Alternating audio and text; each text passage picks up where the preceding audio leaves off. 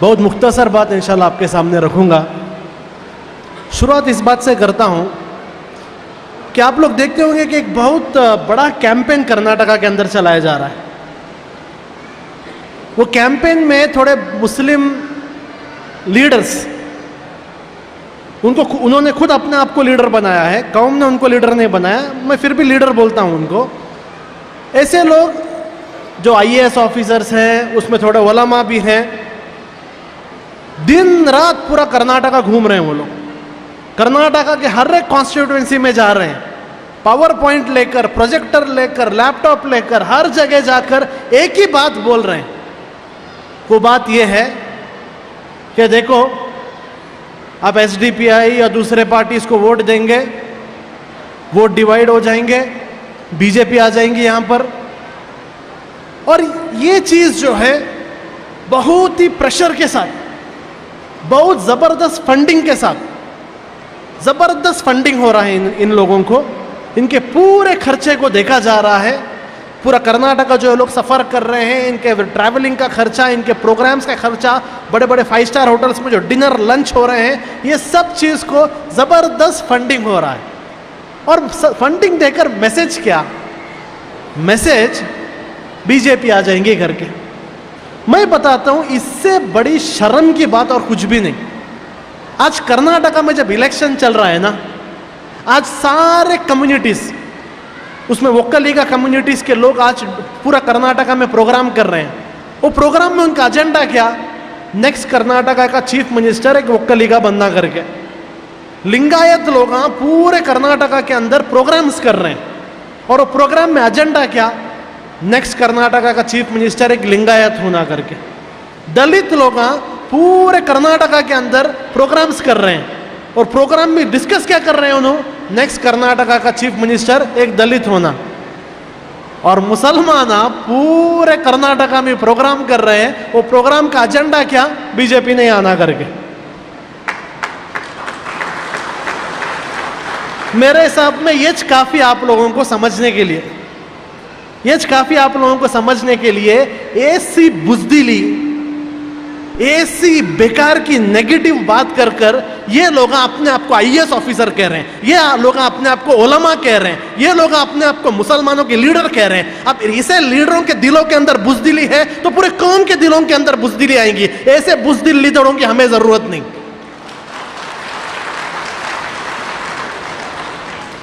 अपने घर वालों को बोलना इन्हें जाकर वोट मत दो करके, कौम को बोलने का इन्हें कोई हक नहीं। एक एसएमएस भी चल रहा है सब तरफ, व्हाट्सएप के अंदर मैसेज आ रहा है, रो रो कर, अल्लाह का वास्ता देकर, नबी का वास्ता देकर, औलिया का वास्ता देकर मैसेज आ रहा है, कांग्रेस को वोट दे डालना, वोट डिवाइड हो जाएगा करके। देखो, ये जो भी लोग ये मैसेज बना रहे हैं ना, अगर वो लोग सुन रहे हैं, आप लोग सोशल मीडिया में मेरी बात उन तक पहुंचा दिए, तो ये व्हाट्सएप के पीछे बैठकर ऐसे बातें करने वाले ये बुज़दिल लोग हैं। अगर हिम्मत है, ये स्टेज से चैलेंज करते हैं उन लोगों को, ऐसा एक स्टेज रखो, उस स्टेज में बुलाओ हम ना, आप भी रुको, पब्लिक को सामने बैठाओ और प्रूव करके दिखाओ एसडीपीआई से ज्यादा काम तुम कर सकते क्या नहीं करके। चैलेंज, ये ओपन चैलेंज कर रहे हैं। दम है क्या? यहाँ के एमएलए को चैलेंज करते हैं हमें, यहाँ के कांग्रेस के लीडर्स को चैलेंज करते हैं हमें, या जेडीएस रहने दो या बीजेपी रहने दो, किसे भी चैलेंज करते हैं। ये बेकार में बुज़दिलों के जैसा जो है व्हाट्सएप के पीछे मत बैठो, आ जाओ, स्टेज रखो, आपको भी माइक देंगे, हमें भी माइक देंगे, आप बोलो क्या है आपके पास दलील, हमारे से अच्छा आप क्या बोल सकते, बोलो। देखो, एक छोटा सीन मुझे याद आता है। एक पुलिस स्टेशन के अंदर दलित बच्चे अरेस्ट होकर हैं, एक पुलिस स्टेशन के अंदर मुसलमान बच्चे अरेस्ट होकर हैं, उसी पुलिस स्टेशन के अंदर बजरंग दल के लोग भी अरेस्ट होकर हैं। ये तीनों लोग वहां पर बैठकर हैं और तीनों लोगों के ऊपर केस होने वाला है। उसी टाइम पर वहां पर बीजेपी का एक एमएलए आते हैं, वहां पर आकर पुलिस वालों को वार्निंग देकर, धमकी देकर वो पूरे बजरंग दल के लोगों को छुड़ा के लेके जाते हैं। ये जो मुसलमान नौजवान वो स्टेशन में बैठ के रहते सो, ये जो दलित नौजवान वो स्टेशन पर बैठ के रहते सो, उनके दिल में एक सवाल, हमारे लीडर आएंगे क्या? हमें जिनको वोट देकर भेजे ना, उन्हें आएंगे क्या? वो लीडर नहीं आते। क्यों बोले तो वो लीडरों को ऊपर से ऑर्डर है, तुम्हें ऐसा जाके मुसलमानों के वास्ते, दलितों के वास्ते ओपनली काम मत करो। ओपनली काम करे तो हमारे पार्टी का नाम खराब हो जाते। हमने ऐसे लोगों की भी जरूरत नहीं।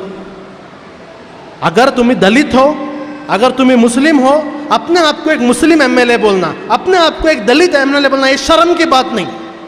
आइडेंटिटी पॉलिटिक्स शर्म की बात नहीं। जब एक बीजेपी का आदमी आइडेंटिटी पॉलिटिक्स कर सकते हैं तो कांग्रेस रहने दो, जेडीएस रहने दो, ये लोग क्यों आइडेंटिटी पॉलिटिक्स नहीं करते? क्यों अपने आप को एक मुस्लिम एमएलए बताकर सामने क्यों नहीं आते? क्यों मुस्लिम बच्चों के हक के लिए सामने नहीं आते?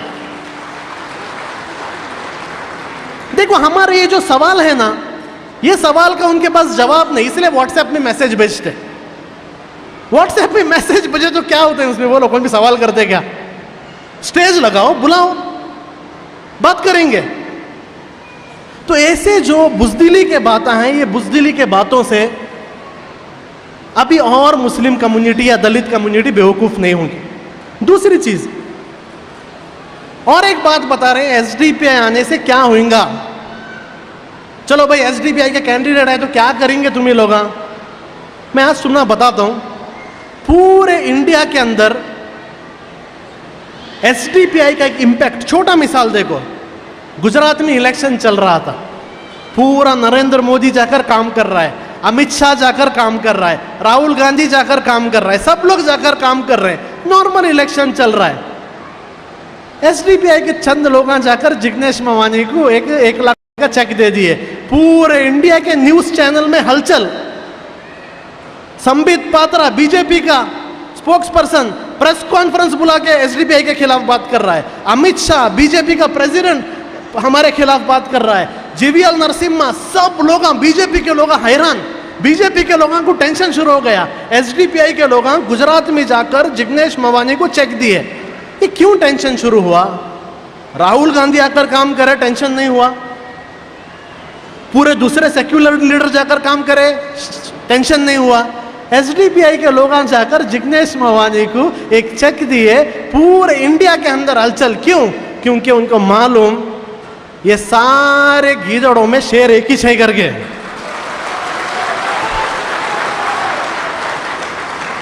भाई ये लोग कैसा भी अलग अलग स्टेट में आ गए, गुजरात में ये लोग नहीं आना, गुजरात में नहीं आना।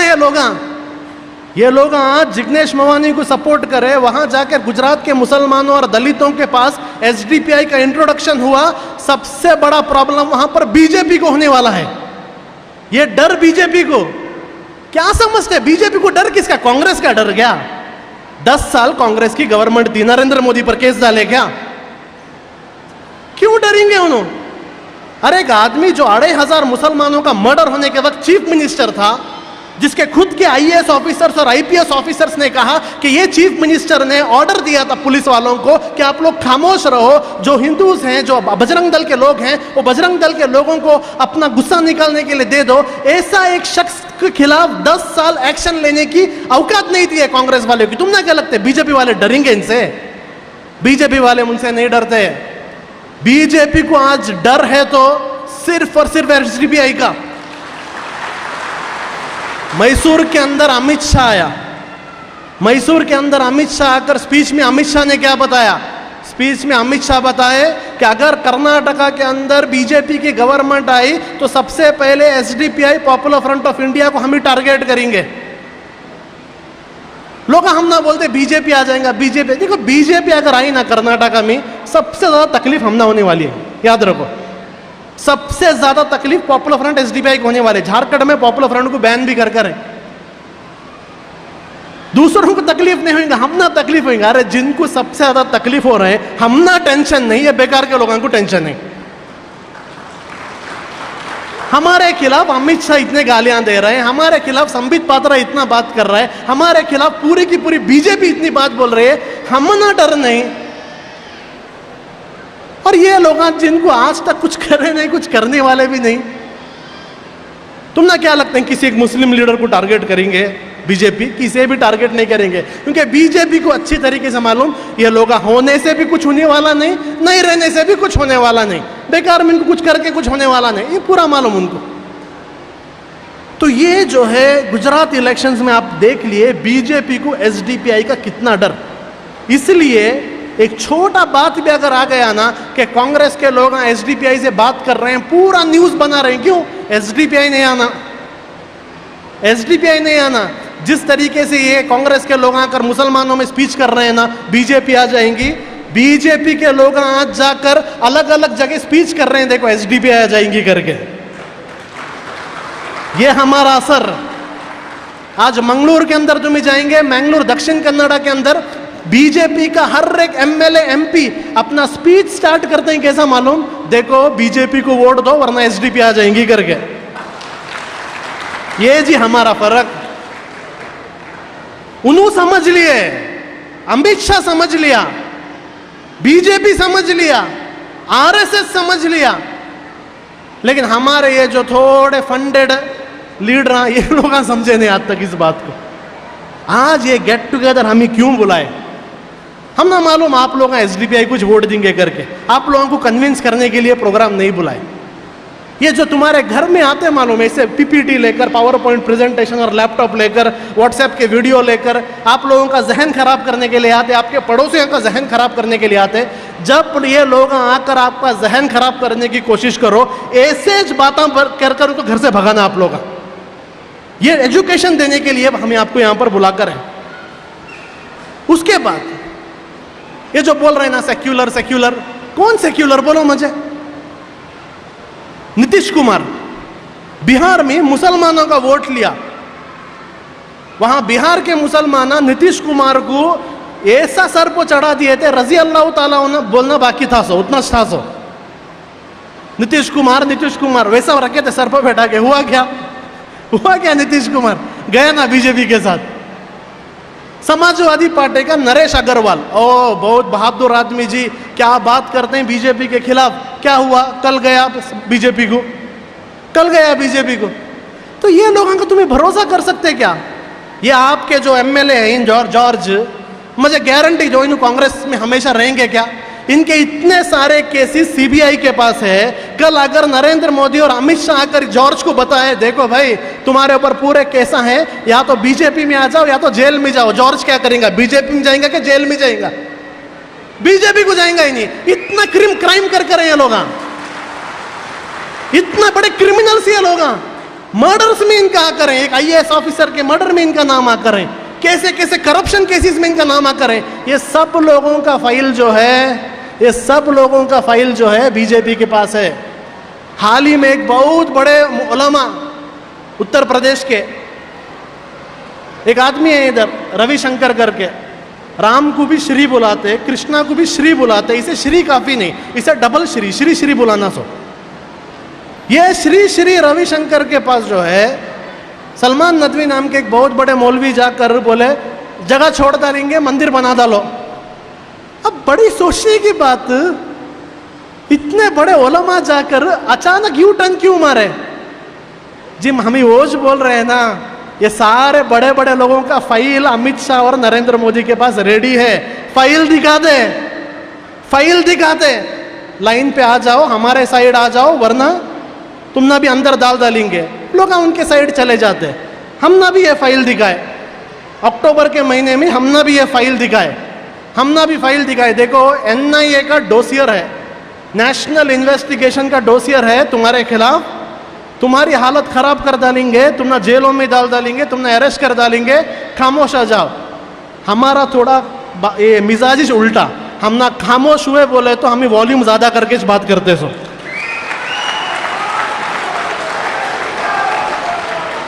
बोले थे ना अक्टूबर में खत्म करेंगे एसडीपीआई को, अक्टूबर में बोले थे ना खत्म करेंगे। अक्टूबर गया, नवंबर गया, दिसंबर गया, जनवरी गया, फरवरी गया, अभी इलेक्शन कंटेस्ट कर रहे हैं। इंशाल्लाह एमएलए भी आएंगे हमारे। तो किसी का भरोसा मत करो, किसी भी एसएम कृष्णा बड़ा सेक्युलर ना, कर्नाटका का आदमी। मैं इसलिए बोलता हूं कांग्रेस के लीडर्स को बुलाओ ना, जेडीएस के लोगों को बुलाओ हमारे साथ स्टेज में, बात करेंगे हमें। चलो तुम्हें आधा घंटा बात करो, हमें 10 मिनट बात करते। SM कृष्णा बहुत सेक्युलर आदमी ना, क्या हुआ, कहां गया, बीजेपी को गया। कौन भी एक आदमी गारंटी लिख कर दे दो कि जिन कांग्रेस के लोगों को हमें वोट देते हैं उन्हें बीजेपी को नहीं जाएंगे। एक मिसाल देता हूं आपको, अगर कांग्रेस को यहां पर फुल सीट्स नहीं मिले, यहां पर बीजेपी और कांग्रेस के बीच में कंपटीशन आ गया, आपको क्या लगता है कांग्रेस गवर्नमेंट बनाएंगी? नागालैंड में 2 सीट था बीजेपी को, वहां गवर्नमेंट बना डाले। गोवा में सबसे कम सीट था बीजेपी, वहां गवर्नमेंट बना डाले। गोवा में कांग्रेस का कैंडिडेट बीजेपी को जम चला गया, कांग्रेस का चीफ मिनिस्टर कैंडिडेट बीजेपी को चला गया, कांग्रेस का चीफ मिनिस्टर कैंडिडेट बीजेपी को चला गया गोवा में।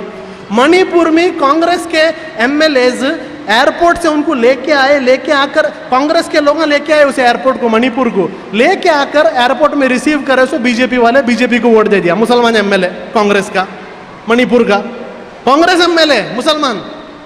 आसाम में छुप कर था, आसाम से कांग्रेस वाले लेके आए, बीजेपी वाले उठा के लेके गए। देखो हर किसी का फाइल बीजेपी के पास रेडी है, या तो पैसे दिखाकर या तो डर दिखाकर करेंगे। तो ये जो बातें चल रहे हैं ना, कांग्रेस आ गई तो ऐसा, ये बेवकूफी के बातें हैं, किसी का भरोसा नहीं कर सकते। कल पार्टी जम मार के बीजेपी में जाएंगे लोग। आखिरी चीज, 2019 का जो इलेक्शन है, ये बहुत इंपॉर्टेंट इलेक्शन है अगले साल का, और लोग बोल रहे हैं ये 2018 में भी करने का चांस है गवर्नमेंट। और थोड़े बड़े बड़े इंटेलेक्चुअल्स यहां तक कह रहे हैं कि इंडिया का आखिरी इलेक्शन होने का भी चांस है। 2019 के बाद इंडिया में इलेक्शन होगा क्या नहीं, इसके ऊपर भी डाउट है, क्योंकि राज्यसभा में मेजॉरिटी आ रहे हैं। आप देखेंगे नरेंद्र मोदी बार बार स्पीच में बोल रहे हैं 400 सीट आना, 400 सीट आना। 400 सीट क्यों आना जी, 280 सीट आए तो काफी है ना। 280 सीट आए तो आप गवर्नमेंट बना सकते हैं, फिर 400 सीट क्यों चाहिए आपको? 400 सीट इसलिए चाहिए ताकि लोकसभा में इनका फुल मेजॉरिटी, 2/3 मेजॉरिटी, और राज्यसभा में 2/3 मेजॉरिटी आ गया तो इंडिया के संविधान को, इंडिया के कॉन्स्टिट्यूशन को बदलने की ये लोग प्लान कर रहे हैं। इतना एक मुश्किल टाइम, ऐसे टाइम पर जिस पार्टीज को आप लोग बोल रहे हैं सेक्युलर पार्टी, सेक्युलर क्या कर रहे हैं सेक्युलर पार्टीज, बोलो। कल सोनिया गांधी को इंडिया टुडे में सवाल पूछे, आप लोग सारे दूसरे सेक्युलर पार्टीज के साथ अलायंस क्यों नहीं कर रहे? नहीं, वो हमना नहीं होता, उन्होंने हमारे ऑपोजिशन। बीजेपी आई तो भी चलेंगे। देखो कांग्रेस जेडीएस का एजेंडा क्या बोले तो बीजेपी आई तो भी चलेंगी, जेडीएस ने आना। जेडीएस का एजेंडा बीजेपी आई तो भी चलेंगी, कांग्रेस ने आना, ये है इनका एजेंडा। ये 2019 का इलेक्शन बहुत इंपॉर्टेंट इलेक्शन, और इंशाअल्लाह मैं यहां पर इतना बोल सकता हूं 2019 के इलेक्शन में एसडीपीआई एक बहुत इंपॉर्टेंट रोल इंशाअल्लाह प्ले करेगा। ये 2018 का कर्नाटका इलेक्शन हमारे वास्ते एक जंपिंग पैड है, ये हमारे वास्ते जंपिंग पैड। इंशाअल्लाह ये इलेक्शन में मिनिमम 4 MLA इंशाअल्लाह हमारे आएंगे। वो 4 MLAs को लेकर इंशाअल्लाह नेक्स्ट टाइम लोकसभा में, पार्लियामेंट में एसडीपीआई के लोगों को हम ही भेजेंगे इंशाअल्लाह। क्यों बोलता हूं वो भी, आज इंडिया की ऐसी हालत है, ये जो बड़े बड़े पॉलिटिकल पार्टीज एसडीपीआई के साथ नहीं आए तो इंडिया के अलग अलग दलित संगठन एसडीपीआई के साथ आ रहे हैं। किसाना, तुम्हें कल देख के रहेंगे महाराष्ट्र के अंदर किसाना क्या करे, लाखों की तादाद में किसान आए इस रास्ते पर, मुंबई तक आए चल कर उन्होंने। वो किसाना भी पॉपुलर फ्रंट के साथ, एसडीपीआई के साथ हैं। उसी तरीके से जितने भी बैकवर्ड संगठन हैं ये सारे लोग हमारे साथ हैं। तो 2019 में ये बड़े बड़े पॉलिटिकल पार्टीज के पीछे जाना छोड़कर इंशाअल्लाह एक नया फ्रंट हम ही शुरू करेंगे, और 2019 में एक बड़ी ताकत बनकर बीजेपी को चैलेंज करना हम इंशाअल्लाह। तो एक बड़ा मकसद है, ये बड़े मकसद को लेकर हमें आगे जा रहे हैं, और आपके सामने आपकी जिम्मेदारी, ये वार्ड, ये कॉन्स्टिट्यूएंसी में, ये असेंबली में आप लोग अब्दुल हन्नान जैसे कैंडिडेट को जिताना। उनके बारे में बहुत चीज़ बताया गया, मैं सिर्फ एक बात बताता हूँ, बहुत सारे लोग जाएंगे असेंबली में, बहुत सारे मुस्लिम MLA भी जाएंगे वहाँ पर, लेकिन आवाज़ रखने वाला एक ही आदमी जाएंगे, आज़ाद रहने वाले एक ही आदमी जाएंगे। जब कोई भी दूसरे एमएलए रहेंगे उनको बात मुंह खोलने से पहले उन परमिशन पूछना। मौलाना असरारुल कासमी साहब बहुत बड़े उलमा, 2 बार एमपी बिहार से, ट्रिपल तलाक के बारे में सबसे ज़्यादा इल्म रखने वाले एक शख्सियत, हमारे से बहुत मोहब्बत उनको, हमारे तंजीम से, हमारी पार्टी से भी। हजरत जब ट्रिपल तलाक के बिल के वक्त कांग्रेस पार्टी को बोले कि मैं बात करता हूँ पार्लियामेंट में, वो टाइम पर राहुल गांधी ने बोला नहीं तुम्हें बात नहीं करना, खामोश रह जाओ, कांग्रेस वाले कौन भी ट्रिपल तलाक के बारे में बात नहीं करेंगे। तुम्हें वहां जाकर तुमने मुंह खोलने की परमिशन नहीं, ट्रिपल तलाक के बारे में बात नहीं करेंगे, जो हजारों जेल में पढ़कर रहे नौजवान उनके बारे में बात करेंगे क्या तुम्हें? तो मैं इसीलिए कह रहा हूं 100-200 मुसलमान गए तो भी असेंबली में बात रखने वाला, आवाज रखने वाला सिर्फ एसडीपीआई का कैंडिडेट रहेगा। ये चीज बीजेपी को मालूम है, इसलिए बीजेपी हमें रोकना चाहता है। ये कांग्रेस के कैंपेन में बीजेपी का भी कैंपेन है एसडीपीआई को रोकने के लिए। उन्होंने भी नहीं चाहते एसडीपीआई आना करके। आप लोगों की जिम्मेदारी ये इंशाल्लाह ये इलेक्शन के अंदर एसडीपीआई के लोगों को असेंबली भेजो। इंशाल्लाह एक 4 एमएलएस एसडीपीआई के अंदर रहेंगे। आप लोग देखेंगे कानून कैसे बनते हैं और हम ही इनको सिखाएंगे कानून कैसा बनाना करके। बस इसी बात से अपनी बात खत्म करता हूँ। वाखिर दाना अल्हम्दुलिल्लाहि रब्बिल आलमीन। अस्सलाम वालेकुम।